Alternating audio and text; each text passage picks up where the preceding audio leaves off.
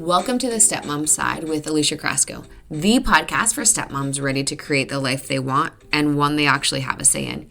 Here we talk all things stepmom life and just a little bit more.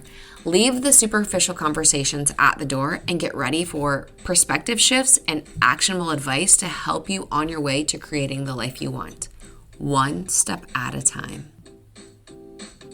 Hi, Destini. Welcome to the podcast. Hello. I'm so excited to have you here. I feel like it's been like a long time in coming, but I'm like, oh my gosh, it's here finally. So my audience probably does know you, but can you kind of give us a rundown of who you are, what you have going on? What's your story? Yeah, absolutely. I'm Destini Ann. I am a certified parent coach. That's my title, but basically, I just share the psychology of parenting on Instagram. I make it relatable. I'm not very preachy. I just share my life, my experiences with my kids, and the ways that I have shifted my relationship to connection, to boundaries, and how that has transformed my relationship with my kids.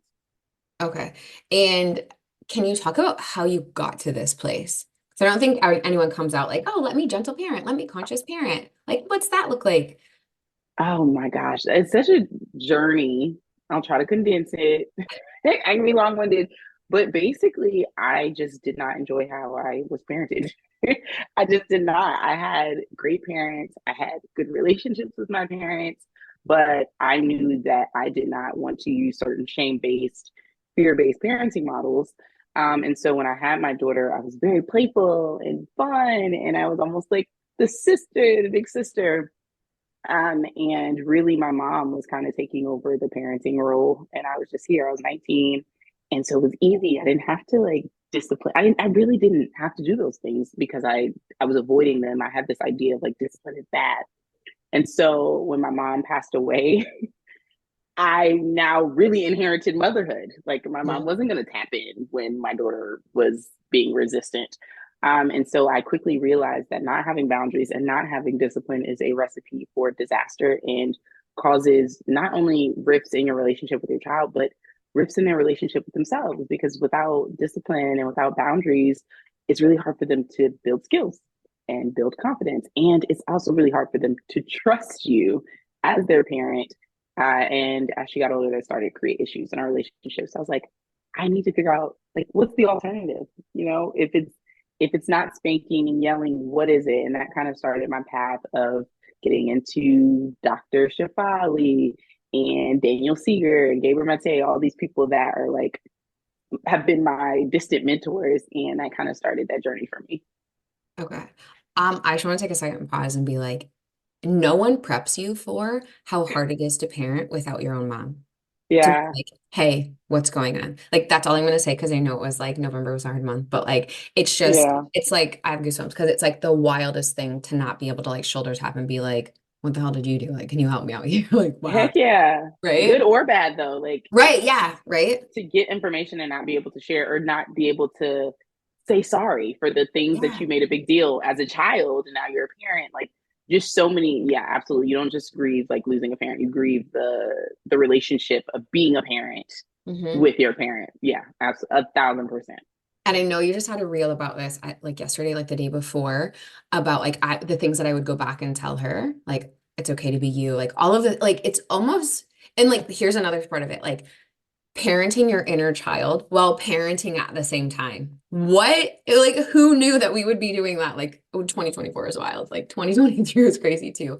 But oh, in your TED Talk, you talk a little bit about labels and how you were labeled as the bad kid. And you had done all this work about, like being compassionate and being empathetic. Because listen, like your TED Talk, I was like, I could basically have given this exact same talk myself. Like, Oh, but I was like the shy kid. I wasn't really like the bad kid, but like as an adult, like I was the people pleaser. So then I grew up and was like burning bridges. Like I will actually bring the gasoline. You don't even need to. Like, and I'll bring the torch too. Like, don't even worry about me.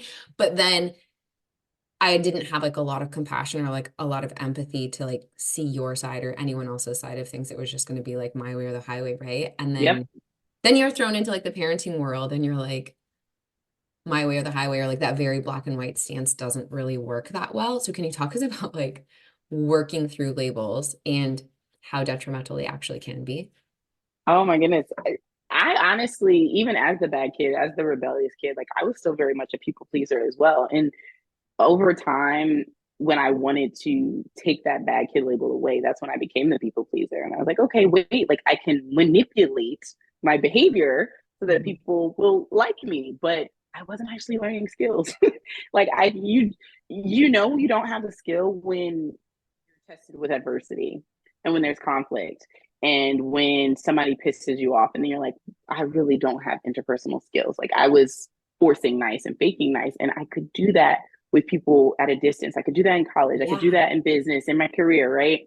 Um, But don't get too Personal close to people. relationships.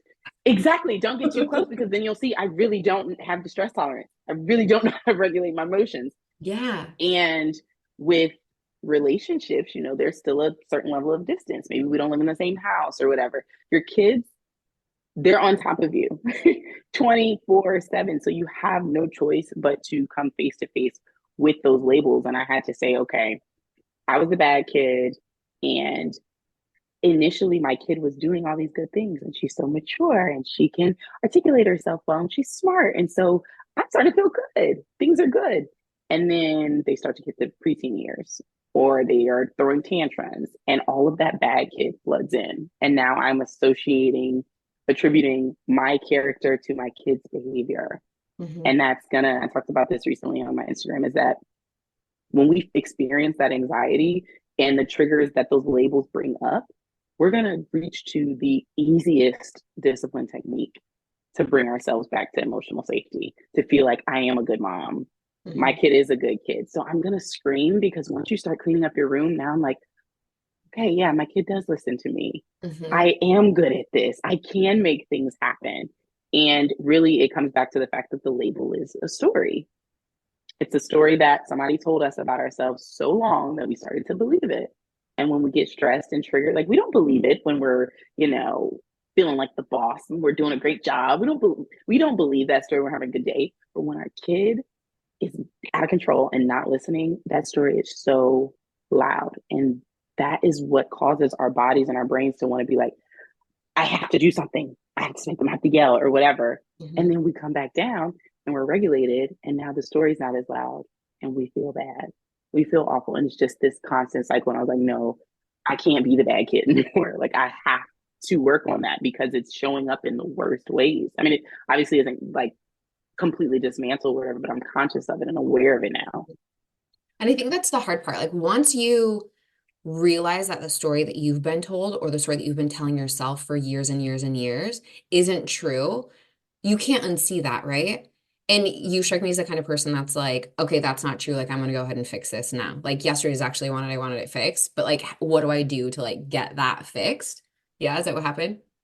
Yeah, absolutely. And so I started like the self-help journey, like that All the hardcore. I'm books. gonna read all the books. I'm gonna listen to the podcast.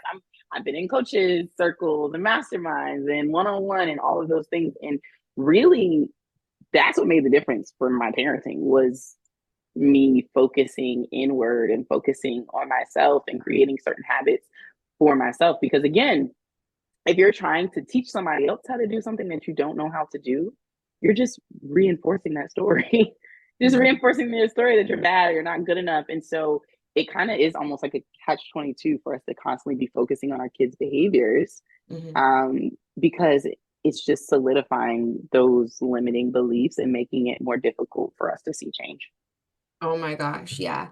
And it's hard when you're in it and like going Yep. through all of the things and then also understanding because you had to reel about this too about like the emotional regulation and like not being triggered. And I'm like literally I could like just live off of your content. Like it's so freaking good because I'm like, yeah, I wish that I had this like 10 years ago, like when I first became Yeah. a stepmom, because I would have learned so much. But then I met somebody that gentle parented like, I don't know, 8 years ago. And my eyes were really open to it. And because I had never heard about it, I didn't know anything about it. And no one in my family parents like that. So then it's Same. like, right. So then you have to like break all of these generational cycles. And it's like, aren't you going to put your kid in their place? And like, yelling and screaming at them and spanking them. Like, that's all of the things. And I don't know if you've done this, but I've talked to my daughter about like how I was raised. And some of the things that she says to me, I'm like, Oh my gosh. Yeah, you're right. Like I was talking to her about spanking and she laughed and she was like, "You would never do that to me." And I laughed like nervously, but I was like, "Yeah, you know what? I wouldn't." But push me. No, I'm just kidding. Right, Like, exactly. But it's like but I wanted to, and you don't know that. That's good. right. That's great. Do you see me sitting on my hands? Do you know what that means? Like, For like, real. oh my gosh. But do you ever get pushback or did you ever get pushback like when you started gentle parenting, conscious parenting from like any family of like your friends? I don't necessarily think that I got pushback. I will say that being the bad kid, quote unquote, and Yeah. turning into like that interpersonal relationships, I think after a while, I just became not coachable Okay. Yeah. in my family. I just became not coachable. And it kind of was to the point where it's like, just don't say nothing to Destiny. Like, she can do what she wants to do. It's not worth it. Like, I'm sure there was plenty of talking about me behind my back. Hmm. I'm sure that there was plenty, but that wasn't my personal dynamic. What I will say is that now, because of this work with parenting and how it's changed me and my openness, I am more open to feedback. And it's healthier feedback from my family because they see, okay, she's serious about this. And they see the impacts and they see how my children behave and how we interact. And so anytime my family members say something to me now, it's more almost like them holding me accountable to the parenting that I exude and the things that are important to me. And like my cousin would be like, Destiny, like you didn't hear what she just said to you. And I'm like, yeah, you're right. I didn't. But I also know that they wouldn't parent that way. it's Hmm. it's a very weird dynamic that the more that I've respected them and their vision for their personal parenting journeys, it's easier for them to respect mine. And I hold them accountable to their values and they hold me accountable to my values. But I think that took me and them both having to be like, neither of us is right or wrong. That's just what's right for you. And I can respect that without taking it on. And it's not even something we have to debate about or Yeah. argue about.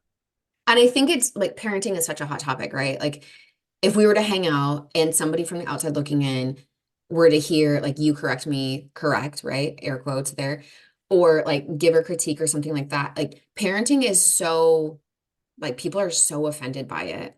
Where Mm-hmm. with me and my girlfriends, I'm like, listen, if my kid does something, I want you to say something. I don't want you to, Yeah. run and be the tattletale. Hey, Alicia, your daughter did what I like, just handle it. Now, if you're gonna like come at her, like no, we're not. We're gonna do it like in a correct, But like there's the way trust that I do there. it. It's not correct. It's like it's better. Like that's what you say. Like it's a better way, just like a different perspective. But yeah, I want you to feel empowered to just say something to my daughter and not be like, hey, she's doing whatever. Because I'm not seeing it. And then if I go back like 5 minutes later to try to talk to her about whatever it is, she's 4. She's gonna be like, Yeah. what are you talking about? Like, what's happening? But I love that talking about your dynamic of parenting and like how that strengthens your relationships like with your kids, but then also made you coachable. Like I said, I was burning bridges and like didn't care, and you could not tell me anything, Yep. Yep. whatever. Same. It was like a badge of honor, right? Like, Yep. look at It this. really Like, was. Yeah. I mean, I didn't talk to my dad for like a year. okay. Yeah.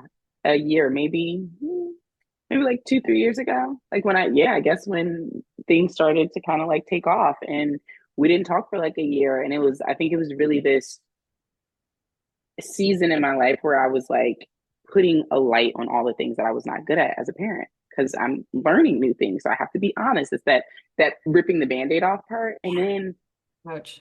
with that work, a lot of times in the parenting space, we're figuring out where it came from. And a lot of times it is our childhoods. Hmm. And just because I was ready to do the work does not mean that my dad was like, Yeah. whoa, why are you like we were cool yesterday? Why are you coming at with me with all of this and you want to resolve and blah blah blah? And so we didn't talk for like a really long time. I wasn't coachable. He wasn't coachable. He didn't need to be coachable at that time. Like that was my part of my journey.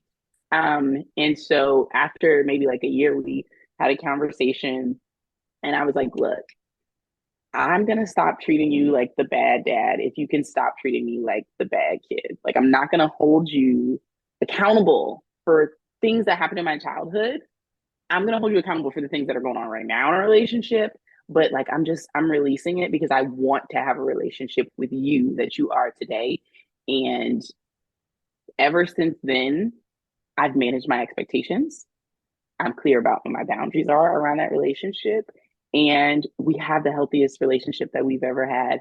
I see the way he communicates with my kids, and I'm just like, maybe that's the win, Hmm. that he communicates with them in the way that I didn't get to experience him, but that's good for him and that's good for them and it's good for me to see it.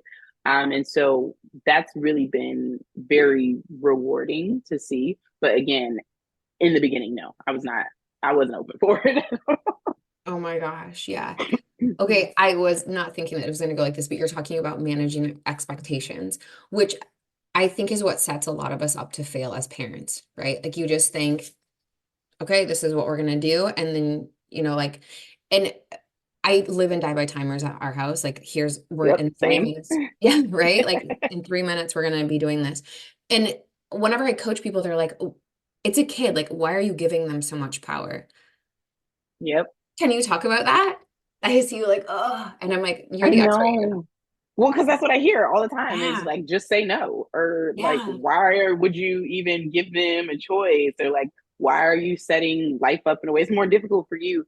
And really, what I ask parents to think about is the environment that they're in, setting them up for success is how humans learn. And it's how they build habits and build skills. We go back to me being able to quote unquote be empathetic and compassionate and have good communication, right? When it was easy, but I hadn't actually learned those skills, like went through the progressive timeline of learning those skills. And so when it really counted, I did not know how to do it. And that's what happens with children when we don't set their environment up based off of where they are developmentally.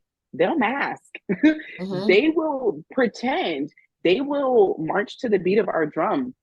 But I'm more concerned with, like, I think Dr. Shafali says that she, in so many words, her role as a parent is to become obsolete. And I think about that and I'm just like, I want my kids to be able to do these behaviors without the benefit of a reward or without the fear of a punishment. And in order for that to happen, they actually have to know how to do it. Their brains actually have to go through the process of habit formation. And sometimes that's going to require me to help them with things like executive functioning, Hmm. like setting timers. I have to give them skills, right? I have to give them skills. All these things that we think they're supposed to just be able to do because they're a certain age or they're a certain size. That's not how the brain works.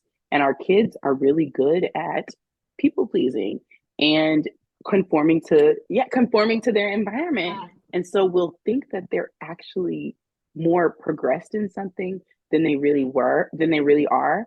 And this is how you know your child's genuine skill level and whether or not they need to work on something when they're stressed in the moment, when there's chaos. And if they're struggling with it, that's your cue to say, okay, I'm the leader. I need to step in and help my kid, with this skill. Not I need to force them to do it right now. Mhm.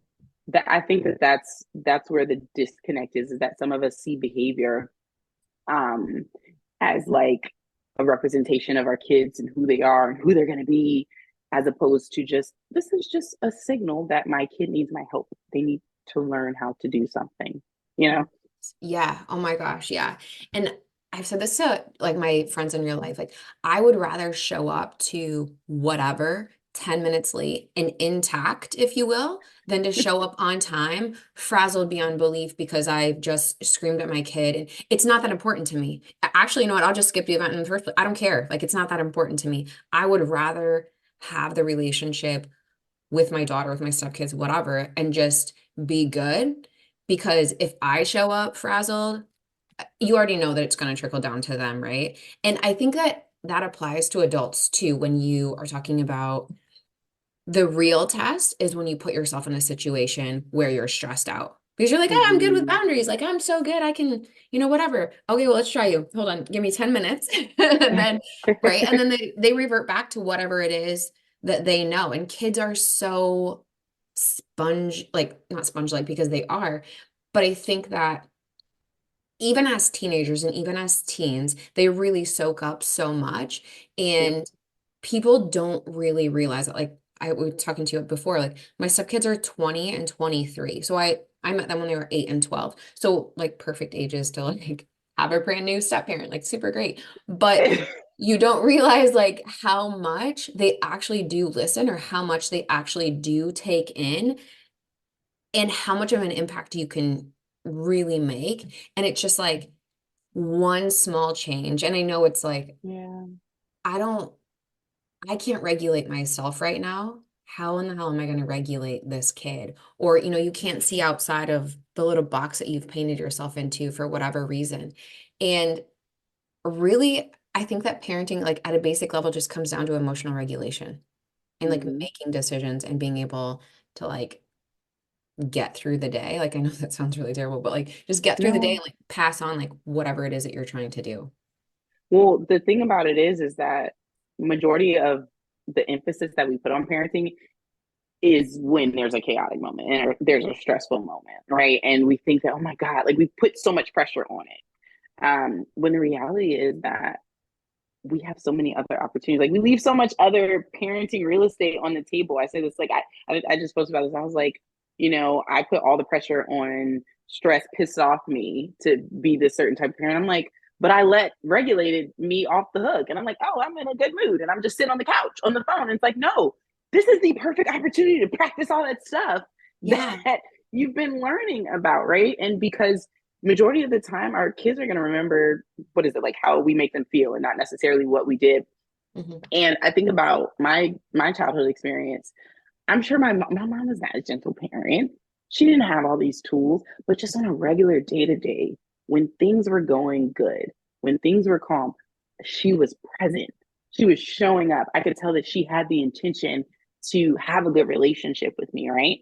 And so when she passed away, now my people like her friends or my family would be like, your mom would have did that, or like you're so good at this, so good at that. Things that my mom Yeah. was good at, things that when I was a kid I was like, oh my God, like no, like I'm not, that's not my personality, I would never do that, she's type A, blah blah blah.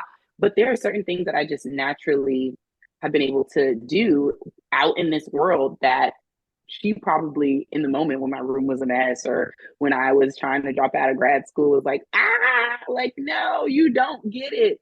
But I think that we need to put more emphasis on just the relationship that we're building outside of those dysregulated moments and Hmm. taking advantage of the moments we're regulated, not just going through the day, not just checking off the list.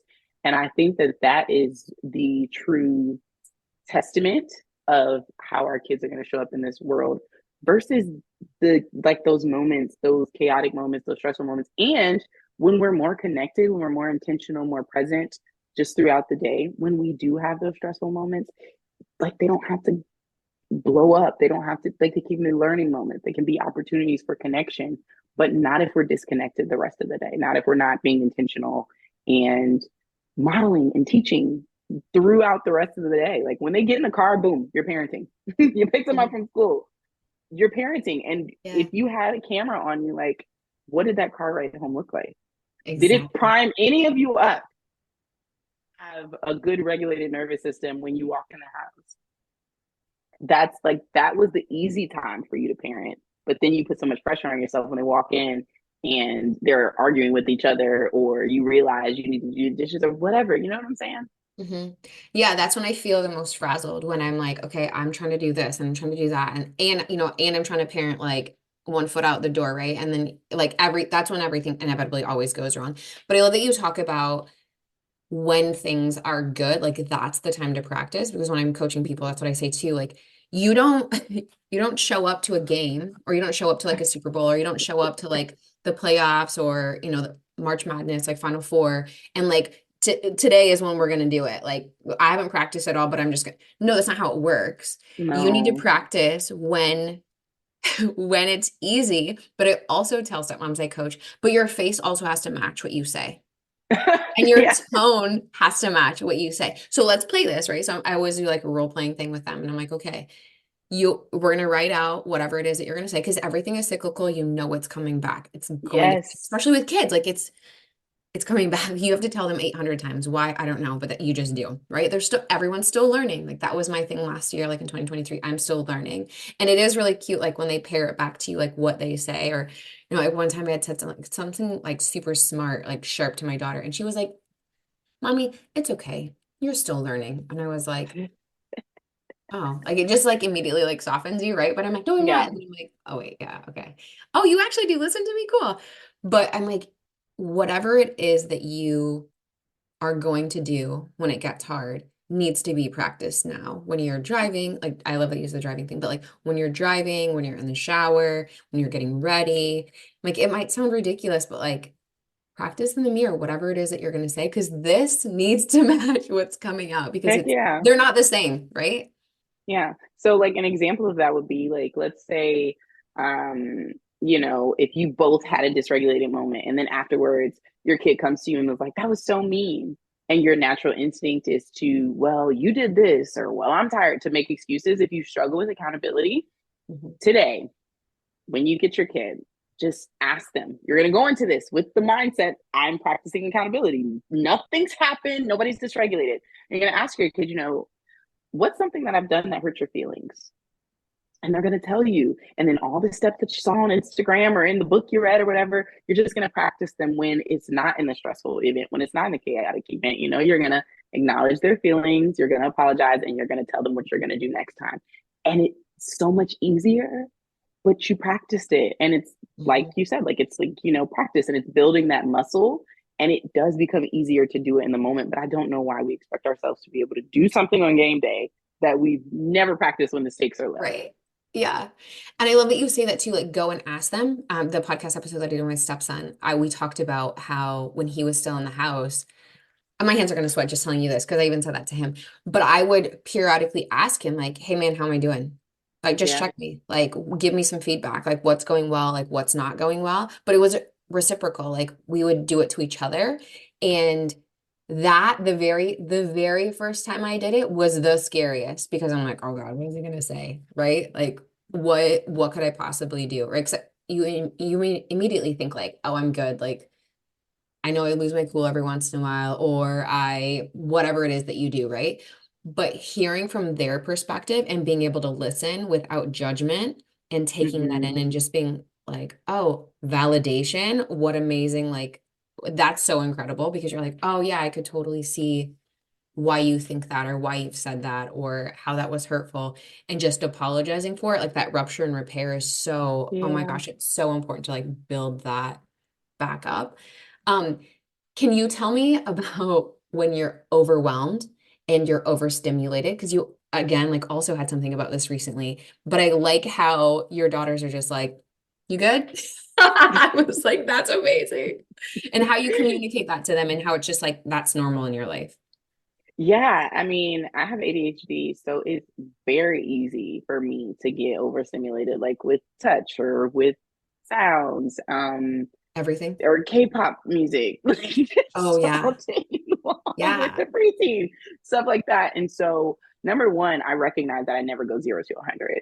So I've gotten really good at noticing when, like, it's like the little things, like I'm getting a little more snappy, or like my body is getting hot. Like I'm aware of those things. I think that that's important because typically I can nip it in the bud. However, some stuff kind of just compiles really fast. We're bickering in the car. You came in the car, you left something in the car, and now I gotta go out and get it. And just like one thing after the other. And so when I get really overwhelmed, most people go up. I typically go down, and that's when my kids are like, "Oh, maybe everybody needs a space break because mommy got real quiet." Mhm. But some of the things that I do is like the video I posted on Instagram. I'll go lay in my closet and I'll put my legs up the wall. And my kids just know, like, that's just like taking a deep breath. It's the same exact thing. And they'll ask me, "Are you good?" Because obviously, if I'm doing that, 9 times out of 10, that's my calming tool. So they're like, "What happened?" I'm like, "You know what happened." But I'll do that. I'll do that if I'm able to access like play and movement where it's just like more of a, y'all starting to get on my nerves. I might talk like this, like, all right, I need to calm down. Like I'll start singing. Zoomies are great. I'll just kind of move around the apartment or dance or play music. And I know that it probably like looks weird I or love it. looks silly, but I think it's my way of Mhm. accessing physical movement. And so sometimes it is like low and slow, and I'm rocking or rubbing my chest or legs up the wall, taking deep breaths. But sometimes it's just like, you know what? I just need to move this energy. That's typically with this like anger.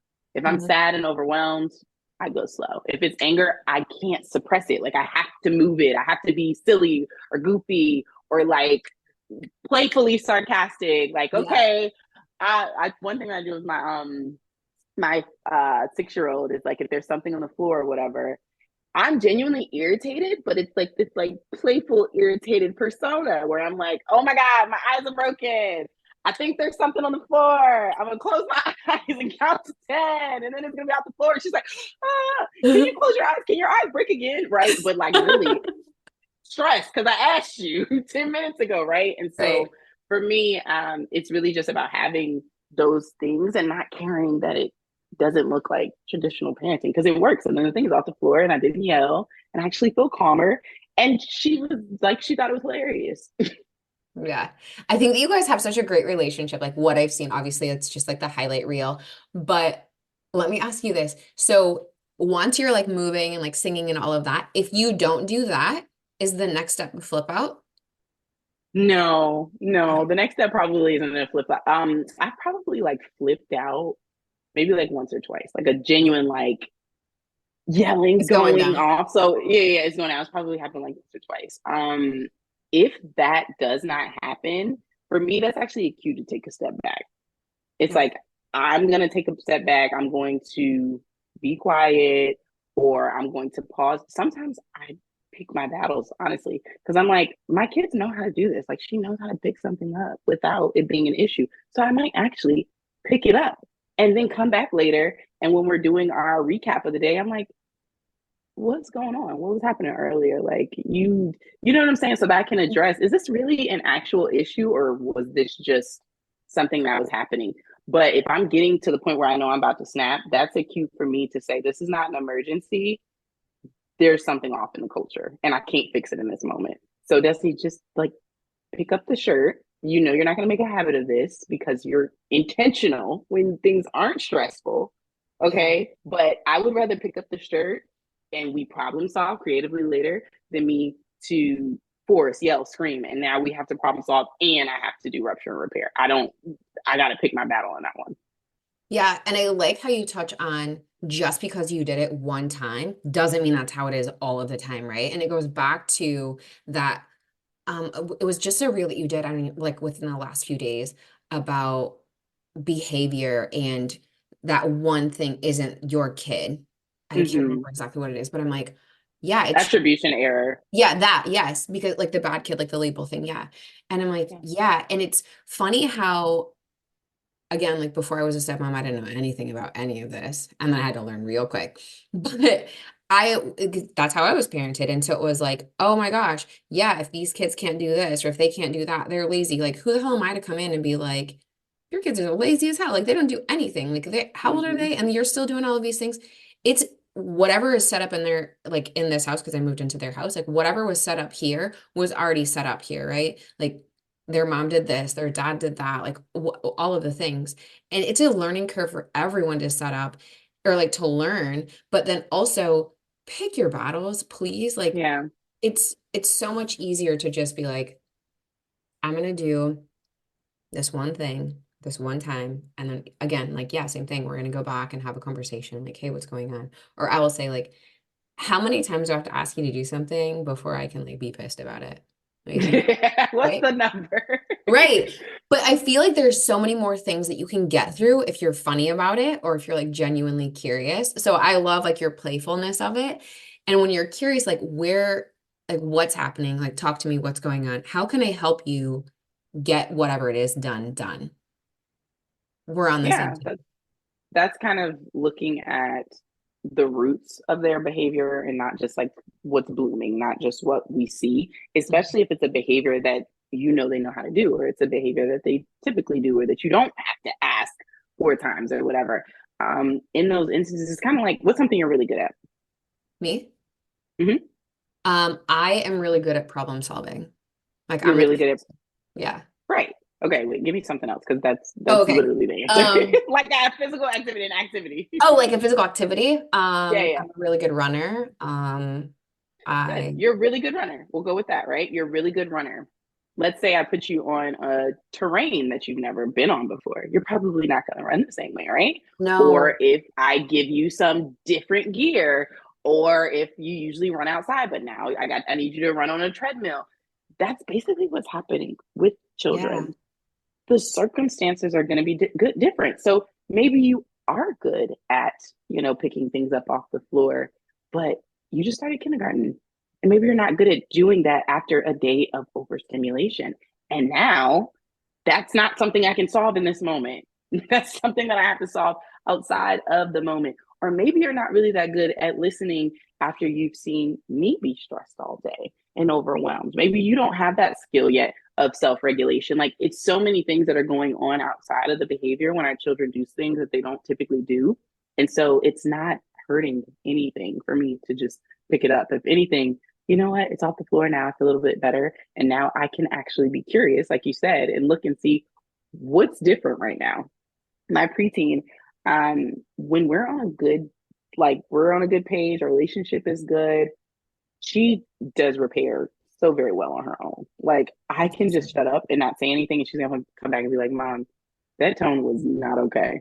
Like, or Awesome. I should not. Like, she'll laugh and be like, "That was out of control, Mom." Like, she'll literally say what I would have said, right? Yeah. So if she were to be struggling with that, it would be so tempting for me to snap back, for Hmm. me to have a tone, for me to be like, "So you're just gonna keep talking like that? You're not gonna." Hmm. But if I just took it as a sign of something else is going on, my child needs me in this moment, and I back up, that's an opportunity for us to connect and for her to connect with her environment and to see, okay, when I'm having an issue with my friend or when I'm struggling in school, this is how I should respond. But when we force that moment, when we just make them do the thing, they miss the opportunity to practice creative problem solving, which is how we get back to what you're good at. Yeah. You miss that Totally. opportunity. Yeah. So it would essentially be somebody stepping in and taking away the process of you learning and Hmm. adapting to a new terrain or to new running equipment. And so I'm like, I'm not going to take that away from my kid. We got to go through it. I got to be curious. I got to figure out what's going on as opposed to just fixing what's going on the surface. Yeah. And constantly telling them everything. Hey, you need to apologize. You need to do this. You need to, it's Yep. like the Yep. running thing. Like there's a rock, don't step on it. Oh, watch out for that. You can't learn like that. If you're going to Nope. micromanage, like, listen, I was the queen of micromanaging. I could micromanage like you would not believe terribly. But like it was, you can't, no one learned like that, right? And there's so much more to be said when you parent out of love as opposed to fear. There's actually like a Mm-hmm. genuine connection. And I always say connection over correction, right? And especially like in a step family world, like if somebody were like in one of my stepkids, if I didn't like them and they made a joke at my expense, I'm gonna be pissed. It's not gonna go well. It's gonna go like a lead balloon. But I like them, so if they make a joke at my expense, I'll be like, yeah, you know what, you're right. Same thing. If you don't like them, if you haven't taken that time to build that connection and you make a joke at their expense or you're like making fun of them Yep. or whatever, like it's not gonna go well. And even like with my own daughter, like we have a really good relationship. And so we have a super playful relationship. And if I make fun of her, or she makes fun of me, like my feelings aren't hurt. I'm like, this, like, that's just how it is. But yeah, I love how you talk about just taking a step back and looking at the big picture because I don't think that we give children the time of day to have a bad day, to have something going Mm, wrong. Because as adults, typically speaking, we don't have time for that, right? yeah. And your kid is a reflection of how good or bad your parenting is. So if they are not obedient and doing everything and checking all the boxes and all of the things, then And you're like, happy. yeah. And I'm like, everyone has a bad day. They are their own person. They might be your kid, but they are their own person, their own wants, needs, desires, all of the things, whatever it is that's going on over there. You've got to hold space for that and just, Mm-hmm. hey, how are you? What's going on? Like chat with me about something. And you know what? And they might not want to talk about it right then. Cool. Please, please, for the love of God, give them space. Because if you're like, hey, let's talk Yes. about what's going on with you. And I'm like, I don't really want to talk about it right now. And you're like, no, let's talk about it. No, I'm gonna be mad, right? Okay. One last question for you. You mentioned parenting with ADHD. And this is something from like forever ago, but your basket or your laundry basket tip that you had, I was like, oh my gosh, that is so smart. So I've never been diagnosed with ADHD, but I'm pretty sure that I have it. So before we get into like parenting like that, how long have you known? What would like tell me all everything? Mm. probably thought I had ADHD. Maybe like it's definitely within the last 3 years. So Really? Okay. yeah, So like, I was diagnosed as an adult. okay, did you already have like I have like all the questions. I'm like, I don't even know what to ask you. Do you have like inklings that you had it? Like what happened?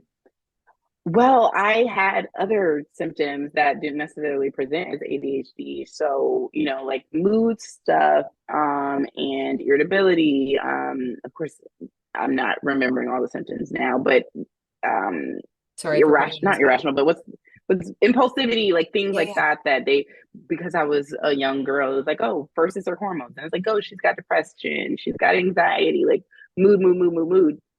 And then as an adult, I was like, no, like this is debilitating. Like I can't function. I can't Hmm. adult like I can't do normal things that our adults are able to do. Like I'm forgetting things. I can't have a genuine conversation without my brain going somewhere else. And like I genuinely feel like there's a small person inside of me like interrupt. Say this Yeah. right now. You have to say this or this conversation is gonna be ruined. Like things like that. I was like, Yeah. that's not normal. And so I just kind of started to do my own research into ADHD, and I went and got a specific like diagnosis. Like I sought that diagnosis out. Nobody saw me. It was like, this sounds like ADHD. No, it was really me hearing people online describing. I'm like, that's me. And oh, time blindness, that's a thing. Like, wow, 5 minutes doesn't feel like 20 hours to everybody. No, it's just me. So I saw out my ADHD diagnosis, got diagnosed on an app called Cerebral, and started therapy and medication and all sorts of stuff. Okay, when you got the diagnosis, were you relieved? Were you sad? Were you happy? Were you like, what did you think? Hmm. I definitely wasn't sad about it. It had been so many like ahas. Like I came about it in a very healthy way. Hmm. Not like how like it is with a lot of kids where like they're, in trouble and it's like Yeah. forced upon them. Like for me, it was digging down this hole of like, oh, that's why. Oh, that makes sense. So when we finally put a name to it, it was like, okay, now I can stop looking at the is this you? And I Yeah. can start looking at the this is you. So how do you cope and how do you function? Yeah. And so it felt very like gratifying and validating to get the diagnosis. Oh, so that's why I operate the way that I do. Yeah, when you talk about Yeah. having somebody inside of you that's like interrupting, but then you've also got two of them on the outside, and you're like, okay. Yeah, there's a lot of conversations going on at one time. But at least these guys all know you, so we're good, right? Yeah. Yeah, that's true. Okay, so talk to me about parenting with it. Oh my gosh. It starts with you though, right? Like I did Mhm. the medication and I did all the hacks and stuff. And then I got to a certain point, which is the laundry basket, where I was like, you know what? I just have to like make my life work for me. Mhm. I can't keep trying to force myself to be different. Of course, I'm going to learn skills and stuff, but I just have to engineer my day, my schedule, my environment, and my home in a way that makes me feel good. And then it'll be easier to learn these skills. Like it's much easier to be on time when your house isn't chaotic and all over the place, things like that. And so as I started to do that, I started to be able to accept things in my parenting. And this is what our life looks like. I don't think my kids necessarily have ADHD, but if you grow up in a household with the leader that has ADHD, you're just going to develop certain habits, right? Yeah. And so our cleaning is a little bit different. We speed clean, you know what I'm saying? We're going to set a timer and play music. And when the song runs out, things like that, I'm like, we're Yeah. just going to adapt and I'm not going to beat us up about it. And if I see something on the floor, I have to give her grace because if I go in my room, I'm probably gonna We're gonna see close the door. something on the floor. I didn't see something on the floor. So if anything, I think my ADHD has made me more graceful Okay. with them, because our executive functioning is kind of neck and neck.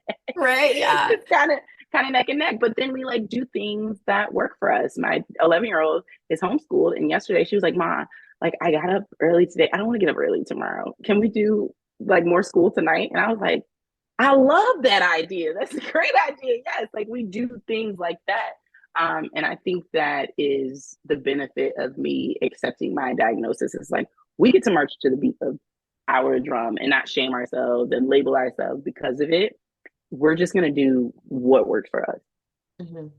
Wait, and you like homeschool on top of it? I think I did see something about that. Like you homeschool too. Are you the one that does it, or are you guys like in a co-op? Like kind I of. do it. She just started a co-op Okay. maybe like a week before Christmas. Okay. So she'll go there on Mondays and Wednesdays. But before, no, it was just me. Yeah. That is so cool because we've looked at it and I'm like, I have all the questions about that too, but that's really fascinating. So what brought you to sharing all of this online, like I parenting? was It was an accident. I was just, Really? yeah, I was in my other business. I was sharing like business advice and I made a video about owning a business and being a mom. And then it did really well. And my daughter was like, you should make a TikTok. And I put it on TikTok and it did super well. And as I was going through my journey of learning, I was kind of on the back end of it. I was like, well, maybe I should just share the stuff that I'm learning. Like nobody at that time looked like me, sounded like me. And I think I was like posting 3 times a day. And I think that that's why it kind of blew Wow. up, and my background in psychology and working in schools and stuff kind of just made sense finally. It finally made sense, and I was able to share stuff that I could blab all day about, Right. but somebody else researching it might seem boring. So I was like, well, when I talk about it, I'm just going to talk about it like I would my mom friends or a family member or whatever. And I think that that's how we got to where we're at now. Yeah, I like how relatable it is. And it's, yeah, whenever I watch your reels, it's like you're talking to whoever it is that's actually watching that reel. And I'm like, your content is so good. It's so freaking good. Thank you. You're so welcome. Okay, so for anyone that's like, okay, where do I find you? What do you have? Like, what's happening? Can you tell us where to find Yes, yes. I post like Instagram is where I live, and I love Instagram. So please come find me on Instagram, Destini Ann. But I also have my positive parenting scripts right now. That's like really what I'm focusing on. I put so much into that. People are always asking me like, "What do I say in this moment?" And you always seem like you have the right words. It's really because I practice when I'm not stressed, and so I just made a list of scripts and different scenarios, how to set expectations when they're having big feelings, things like that, and just I give you scripts, but I also give you like formulas for those scripts so that you can really articulate it in a way that works for you, that fits your family and your values. And so I want to share with you all. Okay, I will link that in the show notes. But thank you so much. This was so good. I feel like I could just talk to you all day about it because yeah, parenting is such a journey for sure, It's right? a journey. Yes. So thank you so much for being here. Thank you. Thank you so, so much. Please have me back. I will. Thanks for taking time to listen to this week's episode. If anything was helpful or resonated with you, please share it on social media and tag me. I'm just at Alicia Crosco. And if you could leave a 5-star rating and a review while you're at it, that would also be really helpful. And if you find yourself struggling with your stepmom journey and you want a little bit more support without the hefty price tag of coaching, you might want to check out the Stepmom Side community, which is my own private community for stepmoms, where you get to connect with other stepmoms around the world and myself, where I hold weekly office hours and monthly group coaching. It's kind of like you have your own personal coach in your own back pocket. Again, without that hefty price tag. See you next week.